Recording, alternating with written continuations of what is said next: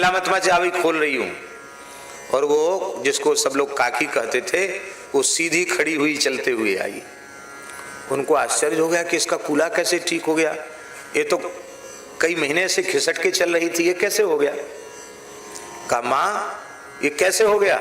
वो हो कैसे गया, आज मैंने कहा तुमने हमारी टांग तोड़ी है ना, आज हम तुम्हारी टांग तोड़ते हैं, या तो हमारा पैर ठीक करो नहीं तो हम तुम्हारी टांग तोड़ते हैं। एक गांव में ये बातें, नई बातें इसलिए हम आपको सुना रहे हैं कि आप ऐसा ना समझें कि 500-700 साल पहले की घटना है, आज ऐसा नहीं हो सकता, आज की भी ये घटना है। एक गांव में, बुंदेलखंड के एक गांव में एक माताजी थी, उनको पूरा गांव काकी कहता था। काकी, एक तरह से वो जगत काकी थी और बड़े दिव्य गुण थे उनमें। कोई भी अतिथि द्वार से भूखा प्यासा नहीं जा सकता है, किसी जाति का हो, मनुष्य मात्र, तो सब उनको मानते थे और सबको था कि भाई वहीं पानी मिलेगा वहीं रोटी मिलेगी, ऐसे सेवा करती थी। अच्छे सुखी संपन्न लोग थे। घर में विशाल मंदिर ठाकुर जी का, और मंदिर में अपरस में सेवा होती थी, तो अपरस में रसोई, जब तक उनका शरीर चला अपरस में ठाकुर जी की रसोई बनाई। बड़ी पवित्र रहती थी वो काकी।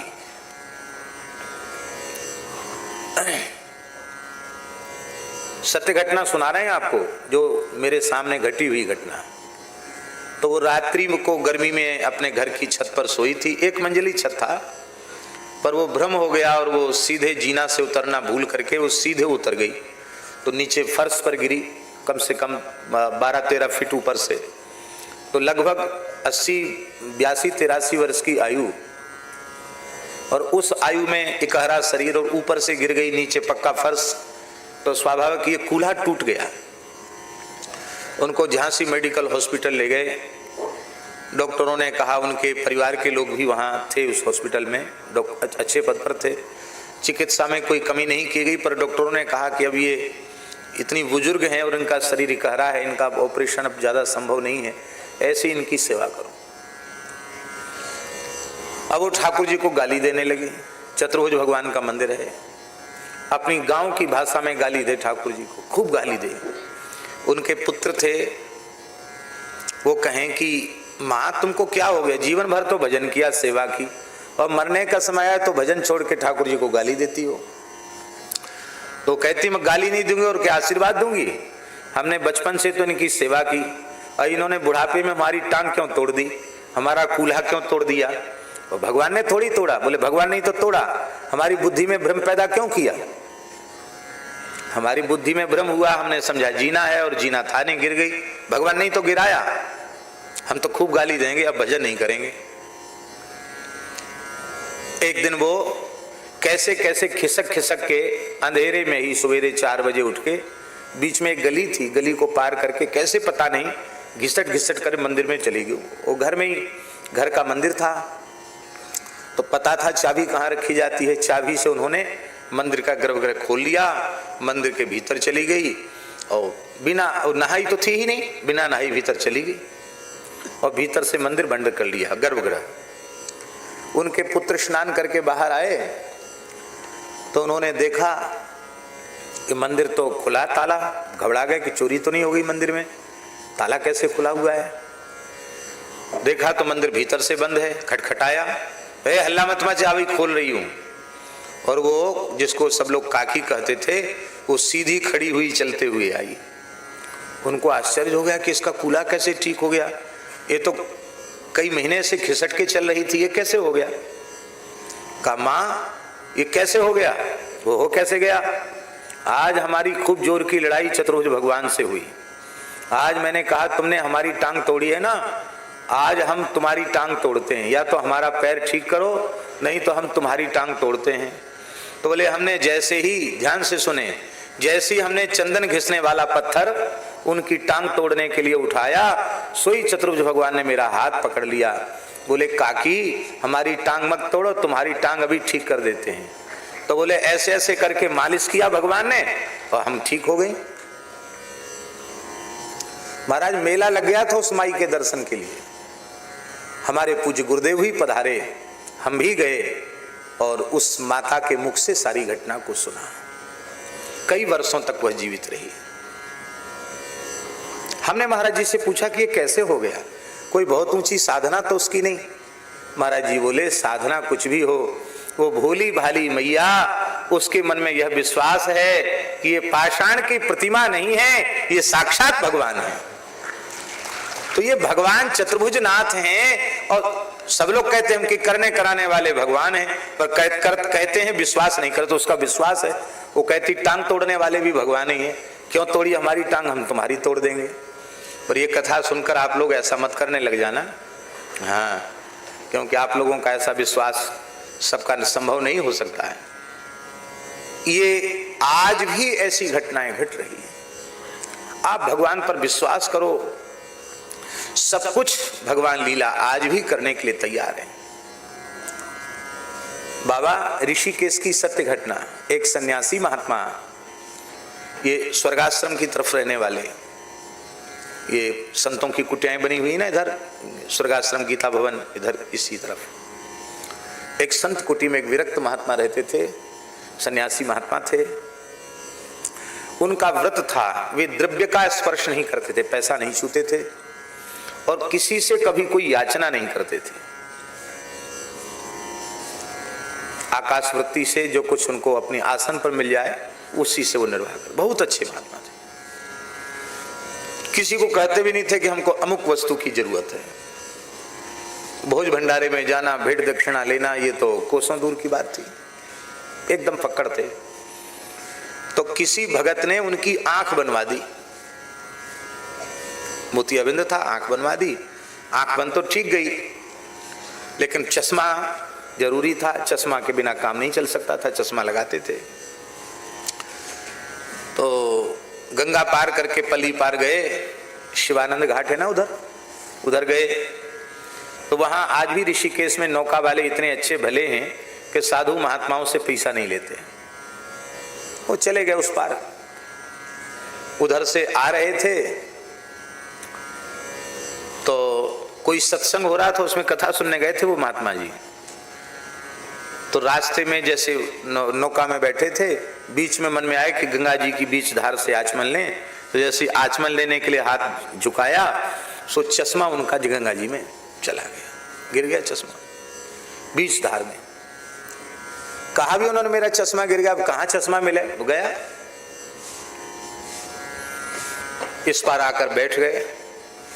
अब सूर्य अस्त होने वाले थे और उनकी कुटिया लगभग 1-1.5 किलोमीटर पैदल चले तब कुटिया पहुंचे। तो उन्होंने मन में विचार किया कि हमको दिखता वैसे ही कम है, अब रात भर हमको यहीं बैठ के काटनी होगी। मेरा चश्मा चला गया, बिना चश्मा के तो मैं अंधा हो गया, चलो कोई बात नहीं, यहीं बैठकर विष्णु सहस्रनाम का पाठ करता हूँ। विष्णु सहस्रनाम का पाठ करने लगे। सत्य घटना महाराज जी। और सूर्य डूबने वाले हैं, डूब बस अंधेरा सा होने ही वाला ही था, अभी सूर्य अस्ताचल को जाने वाले ही थे। तब तक उनका विष्णु सहस्रनाम पूरा हुआ नहीं कि एक मछली अपने मुंह में चश्मा की डंडी दबाकर धार चीरती हुई आई और कूदी बाबा जी की गोद में। बाबा जी तो इतनी दूर बैठे, जैसे बाबा बैठे ना उतनी दूर बैठे थे, उतनी दूर गंगा जी से वो उनकी गोद में कूदी और कूदकर चश्मा गोद में रखा, फिर उछल के गंगा जी में जैसी आराम अंतर्धान हुई, चली गई। चश्मा उन्होंने लगाया और प्रसन्न होकर चले आए। अब वेदों का उद्धार करने के लिए मत्स्यावतार हो जाए, इसमें तो कोई आश्चर्य नहीं है। एक अकिंचन सच्चे पक्के त्यागी महात्मा, विरक्त महात्मा के भाव की रक्षा के लिए ठाकुर जी चश्मा लाने के लिए भी मत्स्यावतार लेकर आ गए। हम तो यही समझते हैं कि उनके चश्मा के लिए ठाकुर जी ने मत्स्यावतार ले लिया। आज भी ठाकुर जी लीला करने के लिए तैयार बैठे हैं, पर भोले भाव से आप उनको भजो, हृदय से स्वीकार तो करो कि ये मेरे हैं और मैं इनका। संत रैदास जी कहते हैं, देखो भगवान भोले भाले भक्तों से सहज रीझ जाते हैं, चतुराई उनको पसंद नहीं है।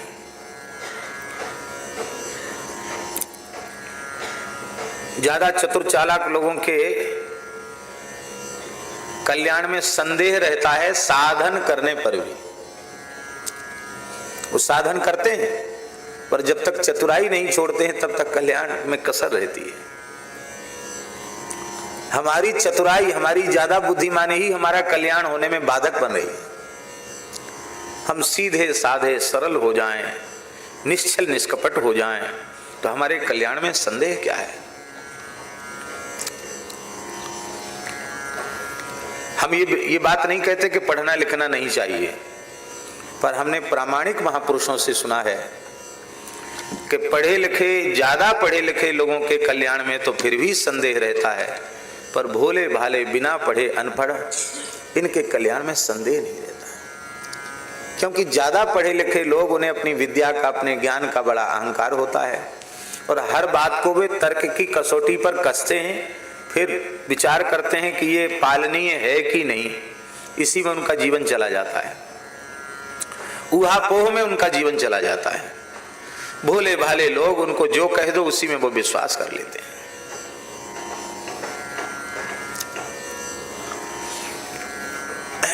एक गांव में, बराना गांव में, एक केवट परिवार में, केवट जानते हैं ना, मल्ला, केवट परिवार में एक बुढ़े एक व्यक्ति थे। उनको लोग गणपत भगत कहते थे। गणपत भगत एकदम निरक्षर, एक अक्षर नहीं पढ़ा लिखा, भोला भाला आदमी था।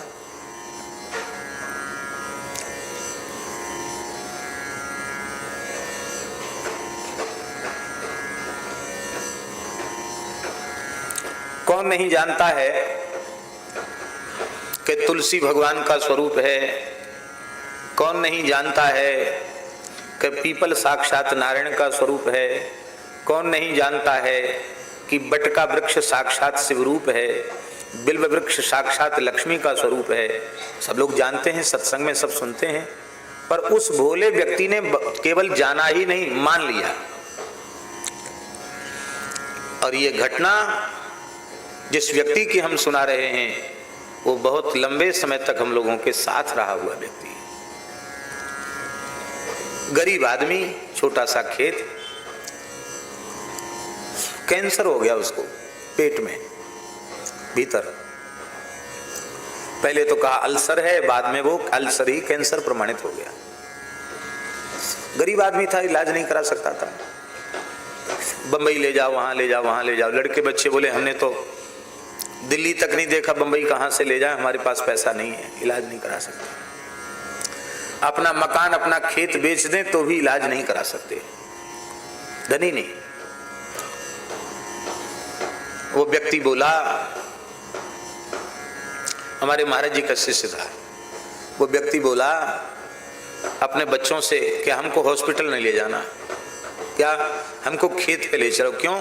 बोले हमारी बीमारी से तुम सब बीमार हो जाओगे, हम खेत पे पड़े रहेंगे। इलाज? बोले अब रोटी वोटी नहीं खाएंगे, गैया खेत पे रहती है, गैया का गोबर गोमूत्र लेंगे, गौ माता की सेवा करेंगे और भगवान की सेवा करेंगे। मंदिर कहाँ है वहां बब्बा जो भगवान की सेवा करोगे? बोले पीपल तो नारायण हो गए, बट शंकर जी हो गए, तुलसी जी साक्षात भगवती राधा रानी लक्ष्मी मैया जानकी जी हो गई, और बिल्व वृक्ष लक्ष्मी जी हो गई। ये सब पेड़ों को उसने बता दिया कि सबरे भगवान तो हमारे खेत पे ही है। और इन वृक्षों को नित्य जल चढ़ावे, मिट्टी का घरुआ बना लिया, कुआं से पानी लेकर के उसमें जल छोड़े और उसी मिट्टी को पेट पर लपेट ले थोड़ी सी, और उसी जल को चरणामृत के भाव से ले ले और गैया की सेवा करे, राम राम करे। थोड़े दिन में चौथी स्टेज का कैंसर, जो डॉक्टरों ने कह दिया था कि अब लाइलाज है, वो थोड़े दिनों में खाना पीना तो बंद कर दिया था उसने, ऐसी रोटी वोटी कुछ थोड़ा बहुत खा लेता था, दूध ले लिया, गोमूत्र ले लिया, अब वो स्वस्थ होने लग गया। लोगों ने कहा भैया इसके शरीर एकदम कमजोर हो गया था, ये तगड़ा कैसे हो रहा है, चमक रहा है, इसका तो कलर बदल गया। कहीं कोई नई बीमारी तो नहीं लग गई, इसको दिखाओ। फिर उसको चेकअप कराने ले गए बच्चे, तो उनके आश्चर्य का ठिकाना नहीं रहा। बोले इसके शरीर में रोग नाम की कोई चीज ही नहीं है। पूर्ण स्वस्थ 18-20 साल का युवक जैसे हो वैसे इसके सारे शरीर के अंग प्रत्यंग काम कर रहे हैं, बिल्कुल ठीक है ये। अब सोचो, बिना 2 पैसा की दबा के, और ये पीपल नारायण भगवान हैं, तो ये हनुमान जी हैं, तो ये शंकर जी हैं, वृक्षों में ही देवी देवताओं का अनुभव करके राम राम करके, और ये है सरल विश्वास। और उसने निश्चय कर लिया था अपने मन ही मन कि भगवान से कहता था कि हम ठीक हो जाएंगे तो हम बचा हुआ जीवन आपके लिए ही अर्पित कर देंगे। वो ठीक हो गया। जैसे पता चला कि हम ठीक है, हमें कोई बीमारी नहीं, वो एक भी दिन घर में नहीं रहा, सीधे वृंदावन महाराज जी के पास पहुंचा। सारी बात उसने सुनाई। महाराज जी किसी को साधु नहीं बनाते थे जल्दी, लेकिन उसके ऊपर इतनी कृपा महाराज जी ने की, उसको साधु बनाया। बोले तुम कौन सा काम करोगे? बोले हम तो गौ सेवा में हमारा मन लगता है, हम गौ सेवा ही करेंगे। मंत्र बताए? बोले हम पढ़े लिखे नहीं महाराज, हम तो राम राम जपेंगे, हमको मंत्र मंत्र याद नहीं रहेगा। महाराज बोले ठीक है, राम राम ही किया करो। फिर कुछ दिन बाद बोला महाराज हमारा मन ओरछा में ज्यादा लगता, वहां गौ सेवा करें भजन करें तो कैसा है? महाराज बोले बहुत अच्छी बात, वहीं भजन करो। ओरछा चला गया। यामिनी और वेत्रवती नदी के संगम के मध्य एक ऐसा टापू जैसा था, दोनों तरफ से नदी के जले हनुमान जी का मंदिर। न वहां बिजली, न पंखा, न कोई सुख सुविधा। एक कोठरी जैसी थी, उसमें जंगला दरवाजा भी नहीं था, ऐसे ही खुला हुआ। उसमें वो रहने लग गया। खूब तुलसी का बगीचा लगा लिया वहां, घड़ा से भर भर के जल सींचता, सुगंधित फूल लगा लिए, और राम राजा सरकार को नित्य तुलसी पुष्प भेजता, 12 तिलक लगा के भजन करता, और मंदिर से ही कुछ उसको पुजारी जी आटा वगैरह दे देते तो उसी को अपना टिक्कर बनाया और खा लिया। ये उसकी रहनी थी गणपत भगत की। और सुनकर आपको आश्चर्य होगा, शायद निर्जला एकादशी थी या कौन सी एकादशी थी, एकादशी की पवित्र, शायद वैशाख की एकादशी थी, वैशाख शुक्ल एकादशी, वैशाख शुक्ल एकादशी थी। रोज आता था भगवान को एक कमंडल भर के फूल तुलसी सब पहुंचाने आता था। उस दिन नहीं आया तो पुजारी जी ने कहा कि अरे भाई गणपत भगत नहीं आए, उनको रोज प्रसाद भी देते थे, कल भी आए थे, आज क्यों नहीं आए? तो नित्य समय से आते थे और भगवान का दर्शन करते थे, तुलसी पुष्प देते थे, आज क्यों नहीं आए? तो मंदिर जब बंद हो गया तो पुजारी जी ने सोचा कि चलें हम ही देखें। हमें पैदल रास्ता था, वहां जाने का कोई रास्ता भी नहीं था। वहां गया तो क्या देखा? गणपत भगत तुलसी के बगीचे के बीच में एक शिला से टिक कर बैठे हैं, शरीर पर 12 तिलक है, हाथ में तुलसी की माला से जप कर रहे हैं और बैठे। अरे इनका तो समाधि लग गई, ध्यान लग गया, भजन में ध्यान लग गया। गणपत भगत क्या हुआ? देखा तो गणपत भगत तो भगवान के धाम को चले गए थे।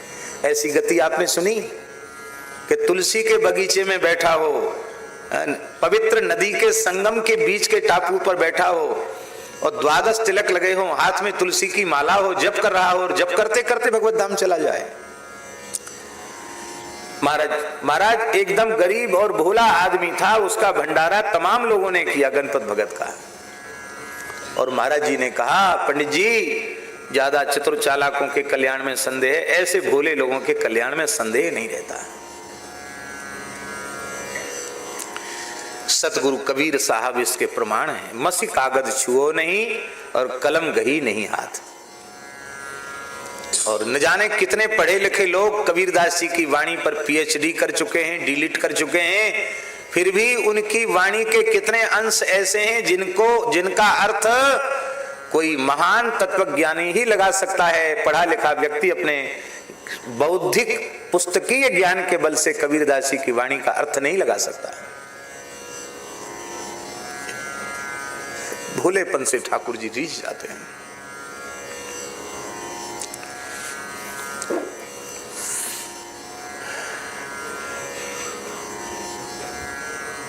बिना पढ़ा लिखा था, कुछ दिन मलुक पीठ में भी उसने गौ सेवा की। और हम लोग तो गायों से बात नहीं कर पाते, वो सब बात करता था, गायों से बात करता रहता था, ऐसे लगता था कि गाय उसकी बातें समझती हैं और वो गाय की भाषा समझता, ऐसा लगता था।